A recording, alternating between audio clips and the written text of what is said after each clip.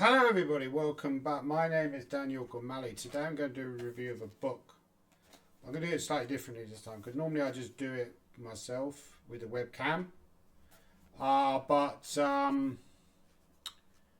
however, I decided a bit boring, so I'm going to do it maybe where I'm actually going to read through some of the Amazon reviews as well. So I'm going to review the reviews of the book.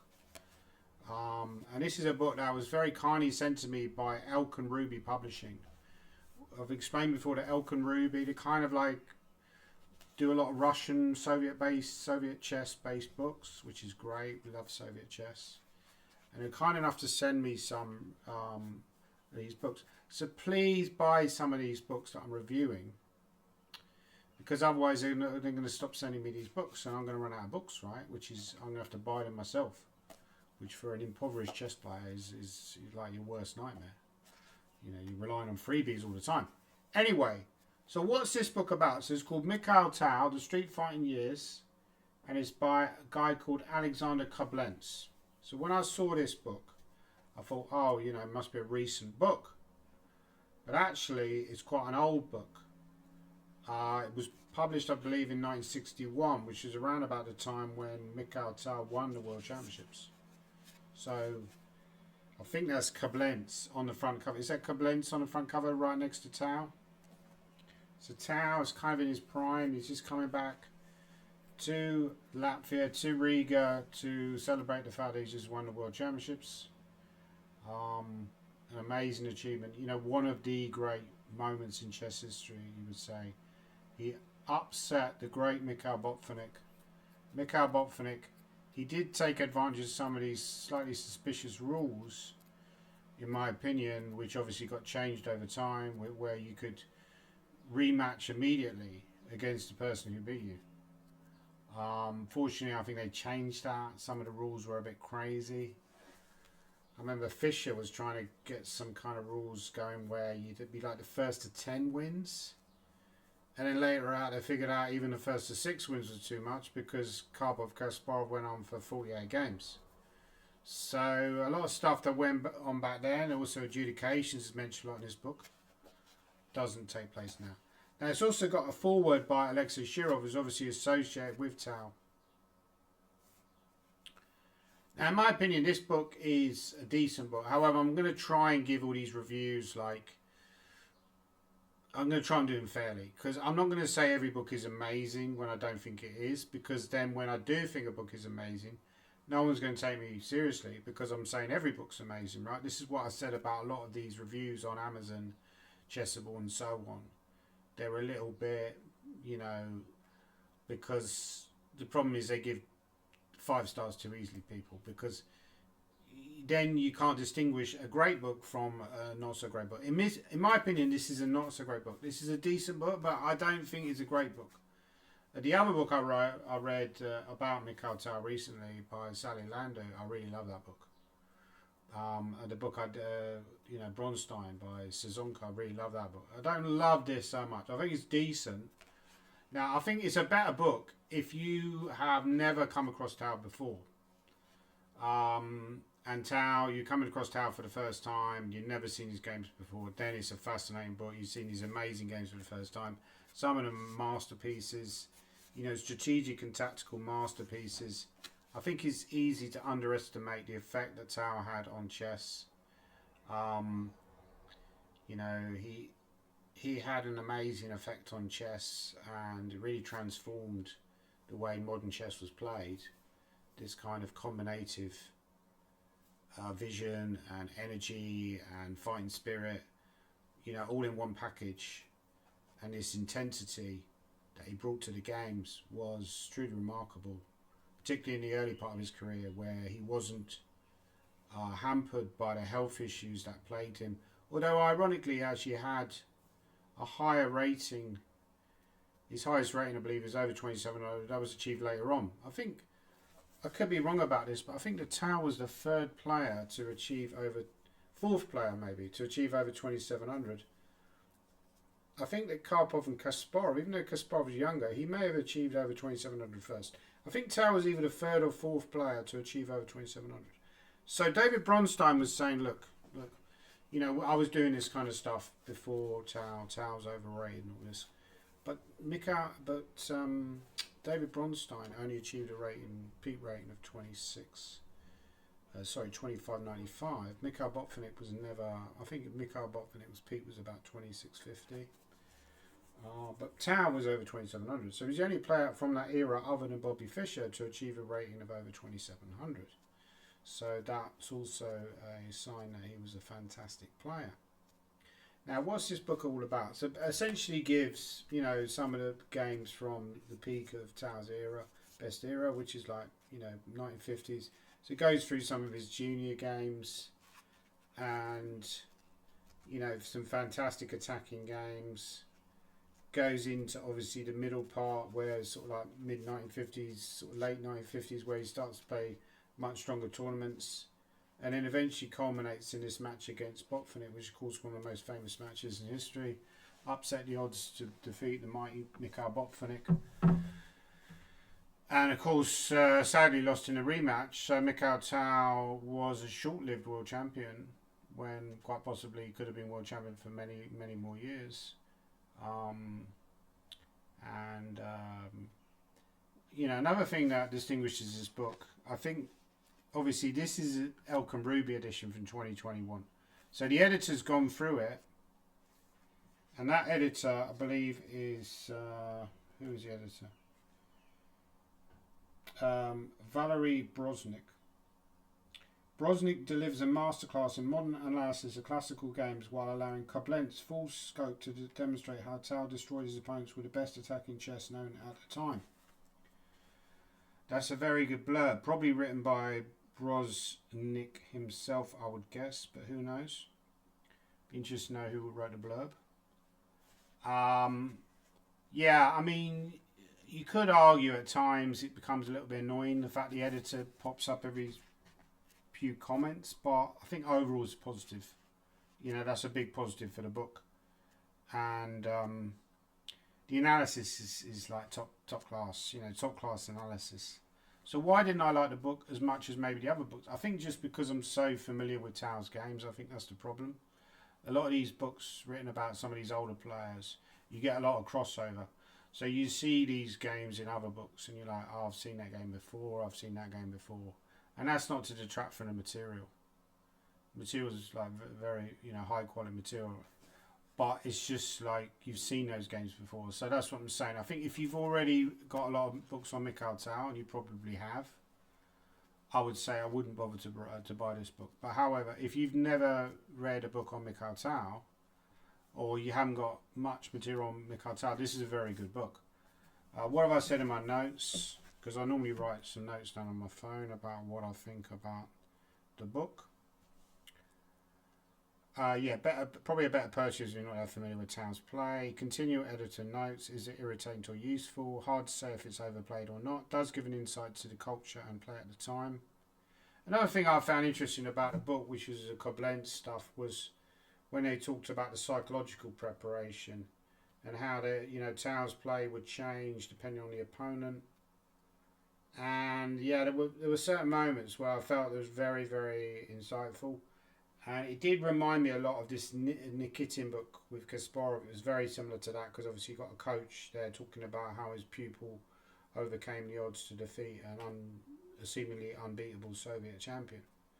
And he was also, Kasparov, a very similar player to Tal in many ways, very, dashing, initiative, sacrificial. You don't get that these days, do you? All these boring as hell Magnus games. It's like, I made a joke on my Facebook the other day. Magnus Carlsen's the most boring chess player of all time.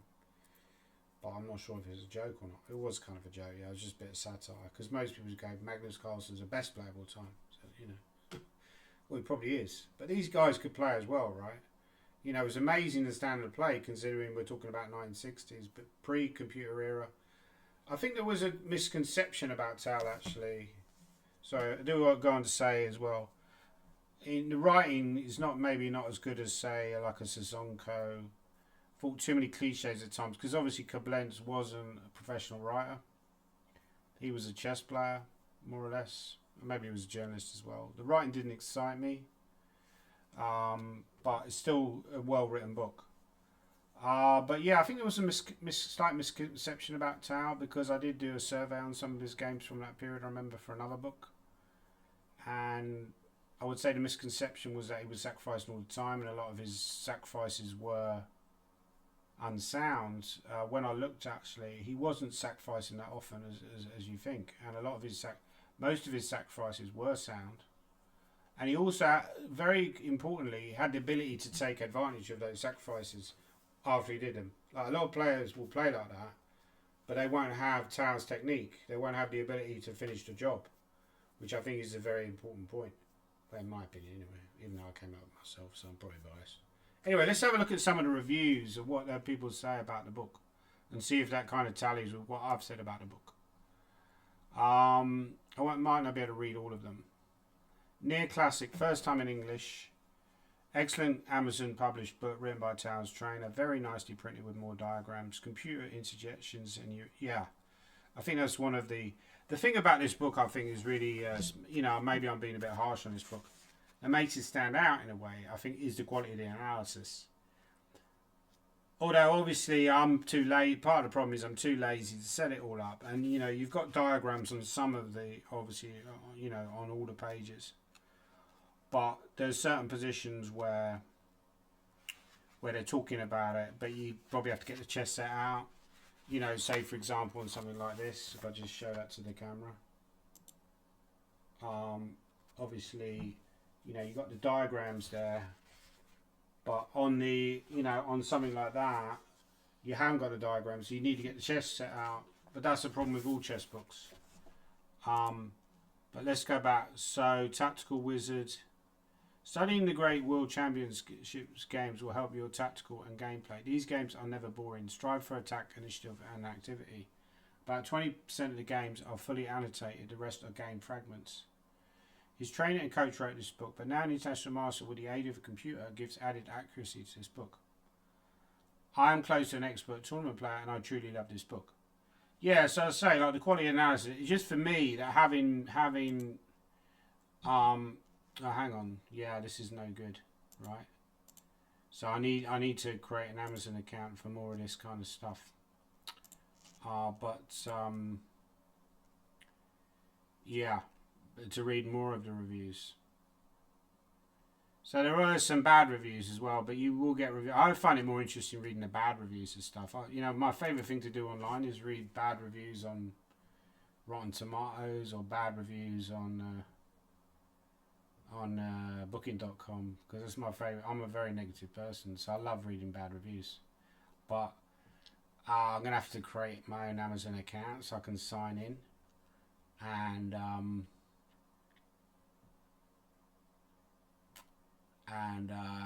access these reviews for future reviews. But anyway, that was the Tal. I'll link I'll link to the Amazon page down below, so you can purchase this book if you want to. As I said, I think if you haven't read about Tal before, I think it's a good purchase. I would personally give it 6 out of 10. I think that's a fair thing, because I'm giving, you can't give every book 9 out of 10. Just for me, I felt I was more like a 6. If you give every book 9 out of 10, people aren't going to believe you on the 9 out of 10s. To be honest. So I think it's very important to give fair reviews. I would say this is for me, it's not a bad book, but it didn't really thrill me either. So I would say 6 out of 10. But like I say, if you've never read about Tal before, then it's worth buying, because overall it's a very solid effort. But if you have read about Tal before a lot, and there's lots and lots of books about Tal, then it might not be worth. You might think it's not worth the effort to buy. How much is the book worth? It doesn't say on the thing, but I would imagine it probably says on the Amazon page, right? 14. It's only $14.99, so that's quite cheap. Kindle edition, Kindle Unlimited.